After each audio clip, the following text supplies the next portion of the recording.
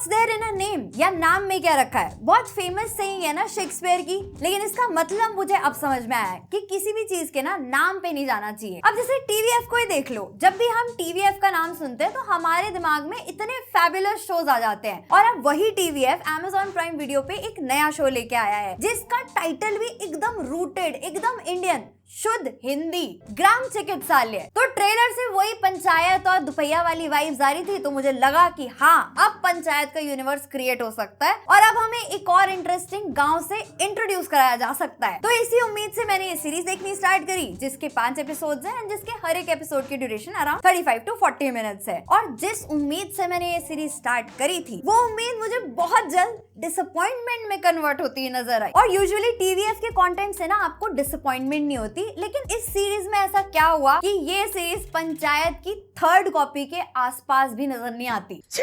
तो पहला एपिसोड जिस तरह से स्टार्ट होता है, चीजें इंटरेस्टिंग लगती है। एंट्री होती है विनय पाठक की, जो कि एक झोला छाप डॉक्टर है इन द गांव ऑफ भटकंडी। लेकिन जैसे जैसे सीरीज आगे बढ़ती है ना, स्टोरी इस तरह से भटकती है कि वो ना इधर की रहती है ना उधर की। बहुत हार्ड ट्राई करा है कि पंचायत को मिमिक कर सके, दुपहिया की सक्सेस को वापस से रेप्लिकेट कर सके, लेकिन यहाँ पे ग्राम चिकित्सालय बहुत मिजरेबली फेल हो जाती है। फर्स्ट और सेकंड एपिसोड काफी स्लो फील होते हैं। इनफैक्ट ऐसा भी फील होता है कि पंचायत के इनिशियल एपिसोड्स का रिप ऑफ यहाँ पे यूज किया गया है। और अगर आप कैरेक्टर्स भी देखोगे ना, तो भी आपको ऐसा ही फील होगा कि बस यूनिवर्स चेंज किया है। कैरेक्टर्स की क्वालिटीज, ट्रेट्स और काफी हद तक सिमिलर कैरेक्टर्स आपको इसमें देखने के लिए मिलते हैं। जो इसका लीड कैरेक्टर है, प्लेड बाय अमोल पराशर, वो आपको काफी हद तक पंचायत के अभिषेक पार्टी के कैरेक्टर की याद दिलाएगा। बस फर्क इतना है कि वहां पे वो अपनी मर्जी से फुलेरा गांव में नहीं जाना चाहता, लेकिन यहाँ पे ये अपनी मर्जी से इस गांव में आता है ताकि ये गांव के लोगों को एक डॉक्टर प्रोवाइड कर सके। और यहाँ पे भी आपको ऐसे 2 सपोर्टिंग कैरेक्टर्स देखने के लिए मिलेंगे जो हमारे लीड कैरेक्टर को सपोर्ट करते हैं, जिनसे आपको पंचायत के विकास और थोड़ी बहुत प्रहलाद चा की याद आएगी। लेकिन जिस तरह से पंचायत की स्टोरी सेट थी, एक एक सीन आपस में कनेक्टेड फील होता है और जितने भी सब प्लॉट्स दिखाए थे वो भी रेलेवेंट फील होते हैं। यहाँ पे ठीक उसका उल्टा होता है, क्योंकि कहां से वेब सीरीज शुरू हो जाती है अचानक से और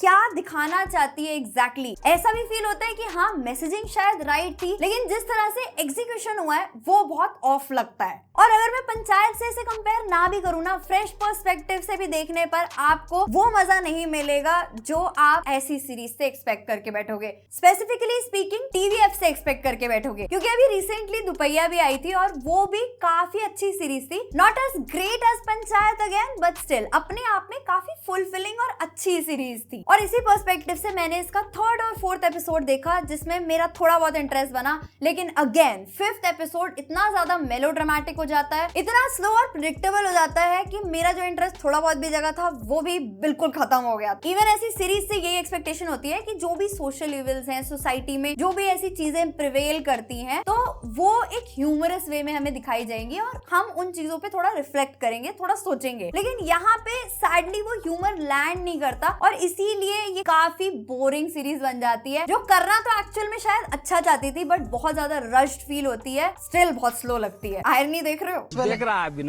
इसीलिए जो थीम सीरीज उठाना चाहती थी, जो सीरियस मुद्दा दिखाना चाहती थी, कैसे गांव में एक भी डॉक्टर नहीं होता वाइल शहरों में डॉक्टर भरे पड़े हैं, वो सारी थीम्स पोरली एग्जीक्यूटेड लगती हैं, इसलिए आपके दिल तक कुछ नहीं पहुंचता। और जो इंटेंसिटी होनी चाहिए थी ना इन थीम्स की, वो भी कहीं पे फील नहीं होती। तो ऐसे में यही सवाल माइंड में आता है कि टीवीएफ ने जब इतना अपना नाम बना लिया है, तो फिर ये सब करने की क्या जरूरत है? Why replicate the same formula? और चलो अगर आप रेप्लिकेट कर भी रहे हो किसी और चीज में, तो एटलीस्ट उसका एग्जीक्यूशन तो इतना क्रिस्प और एंटरटेनिंग रखो कि हाँ, वो नेचुरल और कन्विंसिंग तो फील हो। इसमें बहुत से ऐसे सीन्स और सिचुएशंस हैं जो आपको ना बनावटी से लगते हैं। इनफैक्ट जो लव एंगल भी दिखाने की कोशिश करी है वो भी फोर्स्ड फील होता है, और इसकी एंडिंग भी ऐसी लगती है जैसे पंचायत में हुई थी। यहाँ पे भी लीड कैरेक्टर को एंड में एक ऐसा एनवेलप मिलता है जिसके अंदर क्या लिखा है वो पता नहीं चलता और सीरीज एंड हो जाती है, जिससे मैसेज ये आता है कि हाँ, इसका 2nd सीजन भी आएगा। इवन इसका जो बैकग्राउंड म्यूजिक है वो भी मुझे काफी डिसअपॉइंटिंग लगा। अगर मैं इसे इंडिपेंडेंट भी देख लूं और कंपेयर भी करूं with the background music of panchayat और खुफिया, दोनों के बैकग्राउंड म्यूजिक काफी अच्छे थे। यहाँ पे ये सीरीज इसमें भी लैक करती है। और अगर एक्टिंग और परफॉर्मेंस की भी बात करूँ ना, अमोल पराशर को अगर आपने पहले देखा हुआ है, आपको पता होगा कि वो किस लेवल का काम करते हैं। लेकिन यहाँ पे मुझे अगेन वो मिमिक परफॉर्मेंस फील हुई और मुझे ऐसा फील नहीं हुआ कि हाँ ये उनका बेस्ट परफॉर्मेंस था। बाकी सारे एक्टर्स भी अपना बेस्ट देने की कोशिश तो करते हैं, लेकिन जब एग्जीक्यूशन में ही इतना लोचा है तो फिर वो क्या ही कर पाएंगे ना। तो अगर आप प्लान कर रहे थे ये वेब सीरीज देखने का, लेकिन अब आपके माइंड में थोड़ा सा डाउट आ गया है, तो मैं आपको एक और वेब सीरीज बताती हूँ जिसके नाम पे अगेन मत जाना, क्योंकि नाम भले ही थोड़ा वियर्ड सा था लेकिन कंटेंट एकदम जबरदस्त। सीरीज का नाम है black white grey love kills, जो रिसेंटली सोनी लिव पे आई है, जिसमें एक लड़का लड़की के बीच में एक डेट कैसे 4 मर्डर्स में बदल जाती है, जिसमें लड़की गायब है, लड़का भाग गया है, लेकिन ये सब कैसे हुआ उसका क्लू किसी के पास नहीं है। 2 साल से इस केस को फॉलो करने वाला एक जर्नलिस्ट इस केस पे एक डॉक्यूमेंट्री शूट करता है, जिसका ड्रामेटिक रिप्रेजेंटेशन हमें दिखाया जाता है। लेकिन इस सीरीज का पहला ट्विस्ट तब आता है जब इस केस में भागा हुआ जो अक्यूज लड़का है वो भी इस डॉक्यूमेंट्री में इंटरव्यू देता हुआ दिखाई देता है। तो आपने आज तक डॉक्यूमेंट्री देखी होगी और वेब सीरीज देखी होगी, इसमें डॉक्यूमेंट्री और वेब सीरीज के स्टाइल को कंबाइन किया गया है और हमें इसीलिए डॉक्यूमेंट्री स्टाइल इंटरव्यूज और उनका ही ड्रामेटिक रिप्रेजेंटेशन साथ में देखने के लिए मिलता है। तो यहाँ तक आपको लगेगा कि ये किसी रियल लाइफ केस पे बेस्ड है,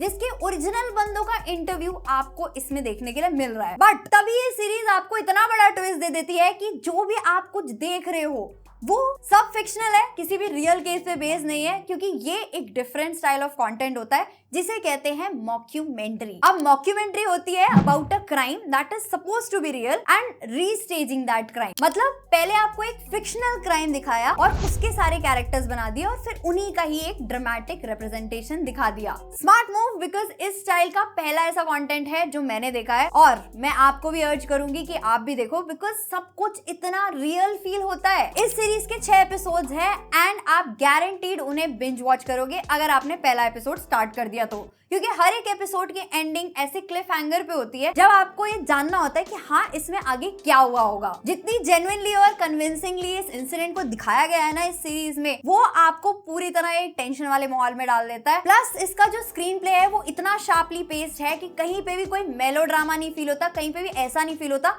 कि हाँ आप कुछ नकली देख रहे हो। प्लस जो पूरी स्टोरी टेलिंग है वो इतनी रॉ और लेयर्ड रहती है कि आप स्टार्टिंग से ही ग्रिप हो जाते हो और एंडिंग देख के उठते हो। इवन जो सीरीज के स्टार्टिंग में इंट्रो आता है ना, वो इतना ट्रिपी और इनोवेटिव लगता है कि आप स्टार्टिंग से ही क्यूरियस हो जाते हो कि हाँ इसमें आपको क्या देखने के लिए मिलेगा। सीरीज की थीम ऐसी है कि ये काफी रेलेवेंट इश्यूज को भी टच करता है, जैसे corruption, class divide and honour killing also. और इवन ऐसे केसेस में मीडिया का क्या रोल होता है वो भी इस सीरीज में दिखाया है। थोड़ा सा वो कॉमिकल और ड्रामेटिक लगता है, लेकिन हाँ आपको कहीं ना कहीं समझ में आता है कि मीडिया का कैसे सर्कस शुरू हो जाता है जब भी कोई ऐसा केस रियल लाइफ में होता है। और वैसे तो इस सीरीज में जो डॉक्यूमेंट्री पोर्शन है वो इसको काफी रियलिस्टिक एंड बिलीवेबल बनाता है, लेकिन अगर आप एक एक्सपीरियंस हो, प्रो पर्सन हो, तो आपको पता चल जाएगा कि हाँ ये जो डॉक्यूमेंट्री वाला पार्ट भी दिखाया जा रहा है ये भी अलग से शूट हुआ है और इस तरह से दिखाया जा रहा है। But nevertheless performance wise series बहुत इफेक्टिव लगती है। इसमें कोटा फैक्ट्री फेम मयूर मोरे हैं, जिनका परफॉर्मेंस आपको एकदम रियल और रॉ लगता है। एक soft spoken engineering student turn suspect कैसे ऐसी सिचुएशन में एक्ट करेगा वो बहुत नेचुरली वहां पे आपको कन्विंस कर लेते हैं। उनके साथ पलक जायसवाल जो लीड रोल में है वो भी एक इम्पैक्टफुल परफॉर्मेंस देती है as the daughter of a powerful politician जिसको घर पे एकदम नेग्लेक्ट करके रखा है। एंड सिमिलरली जितनी भी सपोर्टिंग कास्ट है इंक्लूडिंग तिग्मांशु धूलिया,